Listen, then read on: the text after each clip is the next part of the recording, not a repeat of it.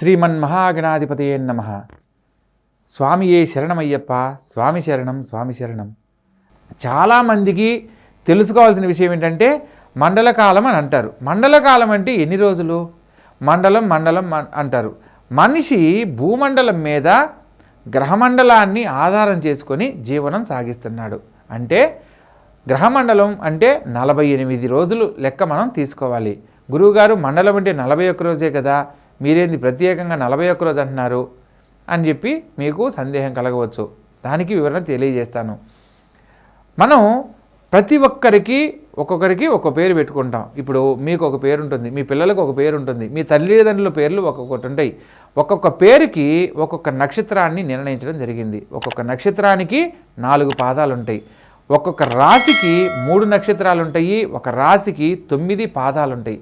అంటే ప్రతి ఒక్కరి జీవితంలో మీరు ఎవరిని ఒక పేరుతో పిలవాలి అని అంటే ఆ పేరుకి ఒక నక్షత్రం, నక్షత్రాధిపతి, మరలా పాదము. సో ఇలా మన నక్షత్రాలు, రాసులు, గ్రహాలు ఆధారంతో మనిషి జీవనం సాగిస్తున్నాడు. అంటే వీటన్నిటినీ గ్రహమండలం అంటారు. నక్షత్రాలు ఎన్ని? 27, రాసులు ఎన్ని? 12, గ్రహాలు ఎన్ని? 9. 9 + 12 + 27 మొత్తం కలిపితే 48. దీన్నే గ్రహమండలం అంటారు. కాబట్టి మండల కాలం అని అంటే మన సనాతన ధర్మం ప్రకారం 48 రోజులను ప్రామాణికంగా తీసుకోవడం జరిగింది. కానీ మలయాళ సాంప్రదాయం అంటే కేరళ సాంప్రదాయం ప్రకారము మనకు మహాలయ పక్షాలు 15 రోజులైతే అక్కడ కేరళ సాంప్రదాయంలో 7 రోజులు మాత్రమే వర్తిస్తాయి. కాబట్టి 7 రోజులను మినహాయించి 41 రోజులు అటుపక్క ప్రాంతం వాళ్ళు మండల కాలంగా పరిగణన చేయడం అనేది జరిగింది. ఇందులో మనము సంపూర్ణమైన ఫలితాన్ని పొందాలి అని అంటే అది ఒక విద్య కానీ, మంత్రం కానీ, లేదా ఒక వైద్యానికి సంబంధించి కానీ, ఆరోగ్యం గురించి మనం బాగుపడాలన్నా ఒక వైద్యాన్ని సేకరించిన, ఒక మందుని తీసుకున్నా, లేదా ఒక మంత్రాన్ని అనుష్ఠానం చేసినా, ఒక మంత్ర సాధన చేసినా, ఒక జపం చేసినా మండల కాలంలో చేసే 48 రోజుల్లో చేసే పనికే విశిష్టమైన శుభ ఫలితాలు పొందడం అనేది ఆ యొక్క మంత్రానికి ఉన్న శక్తిని మనం సంపూర్ణంగా పొందడానికి అవకాశం ఉంటుంది.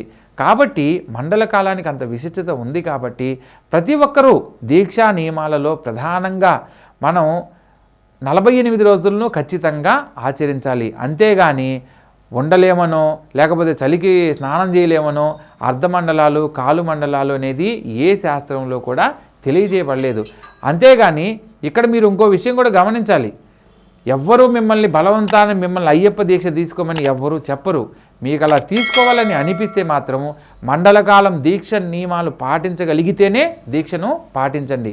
లేదంటే దీక్షధారణ చేయకపోయినా కూడా ఆ యొక్క భగవంతుని ఆశీస్సులు మీకు ఎల్లప్పుడూ ఉంటాయి. సో గురువుగారు దీక్ష పూర్తి చేయకుండా అంటే ఇప్పుడు 21 రోజు చేసినా ఎందుకు ఫలితం ఉండదు అని అంటే మండలకాలం అని ప్రామాణికంగా చెప్పినప్పుడు దాని ప్రకారమే మనం నడుచుకోవాలి. ఉదాహరణకు మనం ఎందుకు మండల కాలానికి గ్రహమండలాన్ని ఆధారం చేసుకొని అని చెప్పి ఇవన్నీ ఎందుకు చెప్పుకుంటున్నాము? 48 రోజులు మండల కాలం అని అంటే మీరు ఉదాహరణకు ఒకటి ఆలోచించండి. మనం ఏదైనా ఒక అష్టోత్తరం చేస్తున్నాం అనుకోండి. అష్టోత్తరంలో ఎన్ని నామాలు ఉంటాయి? 108. కరెక్ట్. 108 నామాలు అని అంటే ఎలా వచ్చాయి? మనం 108 ఎందుకు పెట్టుకోవాలి? 106 పెట్టుకోవచ్చు, లేదా 112 పెట్టుకోవచ్చు.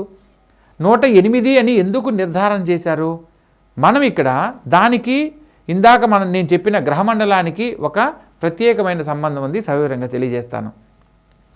ప్రతి ఒక్కొక్కరి పేరుకి ఒక్కొక్క నక్షత్రం ఉన్నప్పుడు ఒక్కొక్క నక్షత్రానికి 4 పాదాలు అని చెప్పుకున్నాం. నక్షత్రాలు 27 నక్షత్రాలకి ఒక్కొక్క నక్షత్రానికి 4 పాదాలు అంటే 27 × 4 ఎంత అవుతుంది? 27 × 27 27 + 27 54, 54 54 108.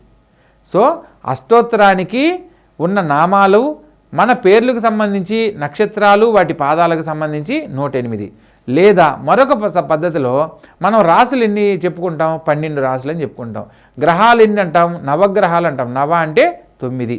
9 × 12, 12 రాసులు × 9 గ్రహాలు కలిపితే 12 9 108. అంటే అష్టోత్తర మాలికలో 108 సంఖ్యకు ఇది ప్రాధాన్యత అన్నమాట.